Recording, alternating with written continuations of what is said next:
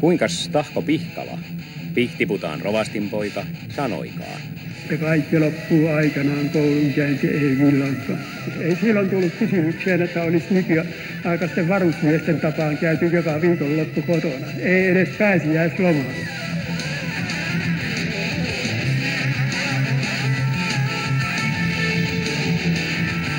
Niinpä Lyseon pojilla oli aikaa urheiluun. Palloa, ekslakua ja kuningaspalloa lyötiin varsinkin keväisin Jyväskylän hevostorilla ja Seminaarin tai Ramonin luonnonkentillä. Myös kouluvoimistelun kaavoja koetettiin rikastaa kansanomaisilla palloleikeillä, joita lehtorit pitivät viehättävänä liikuntakasvatuksen työmuotona. Usein poikien pelit päättyivät kuitenkin sanaharkkaan, kun pallon polttamat mustelmat kihelmöivät selkäpiissä, eikä voittaneesta puolesta silti päästy selvään yksimielisyyteen. Peli oli sekavaa laumapeliä. Hitaimmat pelaajat ruuhkautuivat takapesän kansankokouksiin odottelemaan hyvää lyöjää pelastajakseen. Yleisön kannalta paluurynnäkön riehakkuus oli toki hupaisaa katseltavaa, mutta pelaajissa se kehitti pelkkää laumahenkeä, Pihkala tuskaili. Sotkuisten epäonnistumisten kirvely pakotti selventämään sääntöjä. Ja aikaa oli vähän. Yleisurheilu teki tuloaan ja hautaisi ennen pitkää alleen muistikuvan hauskasta pallosilla olosta. Pihkalalla ei ollut pelkkiä hyviä muistoja vanhasta koulustaan, Jyväskylän Lyseosta, eikä Jyväskylä syksyllä 1920 varmaan ollut Suomen virkeimpiä kaupunkeja. Mutta ehkä Tahko halusi palata jäljilleen, kultaamaan poikavuosiensa karvaita muistoja.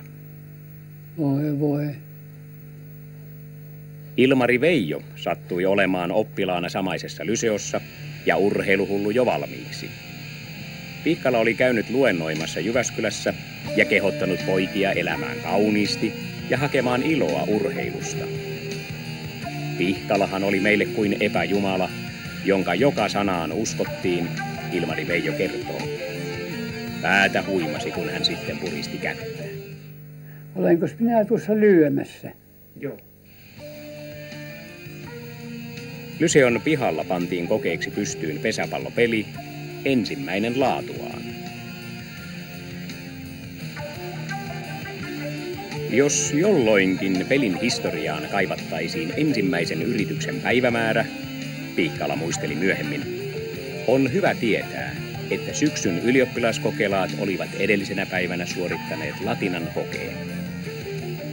Se oli Tahko Pihkalan koko homma. Se oli tarkoittanut, että itse kävi Jyväskylän Lyseota, niin se kai ajatteli, että se kai katuukin sitä, että hän otti Jyväskylän ollenkaan, että hän olisi täytynyt mennä vähän elävämpään paikkaan aloittamaan sitä kuin Jyväskylää. Mutta se kumminkin halusi olla, kun se kävi Jyväskylän Lyseota, niin se tietysti halusi sen maineen ottaa sinne siihen hommaan, että se on Jyväskylän Lyseo, joka on aloittanut tämän homman, siis urheiluhomman. Mitä tuosta pesäpallokokeesta jäi mieleen? Ei paljon mitään. Tahko itse totesi pettyneenä, että peli vaikutti jokseenkin puisevalta. Koko pitkän syksyn sai Tahko piirrellä pesänvälejään ja käydä kirjeenvaihtoa jyväskyläläisten koekaniinien, varsinkin assistenttinsa Ilmari Koskialan kanssa, kunnes, heurekaa, pelin toimivuuteen löytyi ratkaisu. Se olisi 3. pesä. Ensi näkemällä te kauhistutte, Tahko kirjoitti Jyväskylään, niin kuin minäkin, kun keksin asetelman. Teoriassa hirveää, käytännössä miltei ihanaa.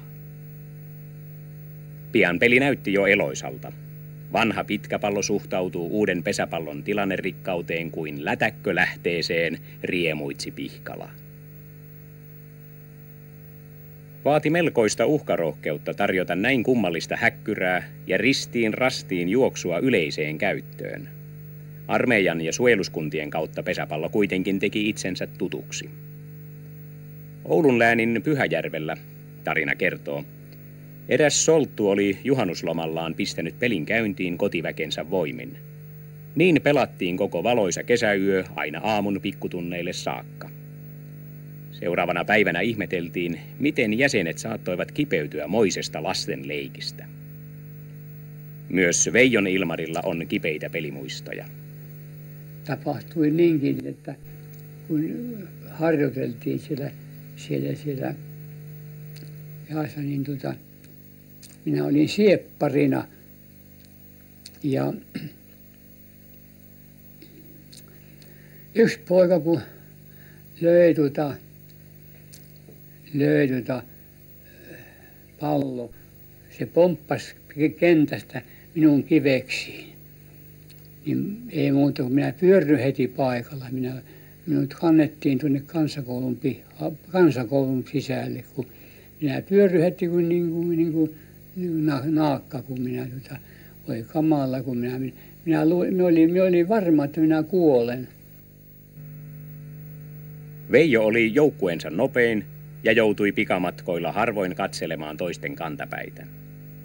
Kerran niin kuitenkin kävi Kuopiossa, ja kukapa muu hänelle sen tempun teki, ellei Urho Kekkonen, niin Kekkonen oli nopea mies. Lyseon pihalla kerrottiin vielä vanhaa juttua Pihkalan veljeksistä, Veijo kertoo. Veljekset olivat yhtenä päivänä kyllästyneet koulunkäyntiin ja päättäneet yksissä tuumin lähteä kotiin. Ja kävelivät sen koulunsa sinne kotiin ja Pehtiputtaalle kävelemällä. Ja sanovat isälle, että me ei mennä enää takaisin Jyväskylään. Isä rovasti ei sanonut mitään. Lämmitti pojille saunan, istutti illallispöytään ja pisti nukkumaan. Aamulla herätti, syötti hyvin, laittoi evästä käteen ja sanoi, nyt sitten kävelette samaa tietä takaisin kouluun. Ja siinä ei auttanut mikään muuta kuin lähteä kävelemään 60 kilometriä takaisin Jyväskylään. Niin kokeilutti Tahko Pihkala Lyseon pojilla pesäpallon vanhan koulunsa pihalla. Mutta yleensä sanoisin, että silloin kouluaikana ei koulusta pidetty juuri, mutta perästäpäin kaikki muuttuu.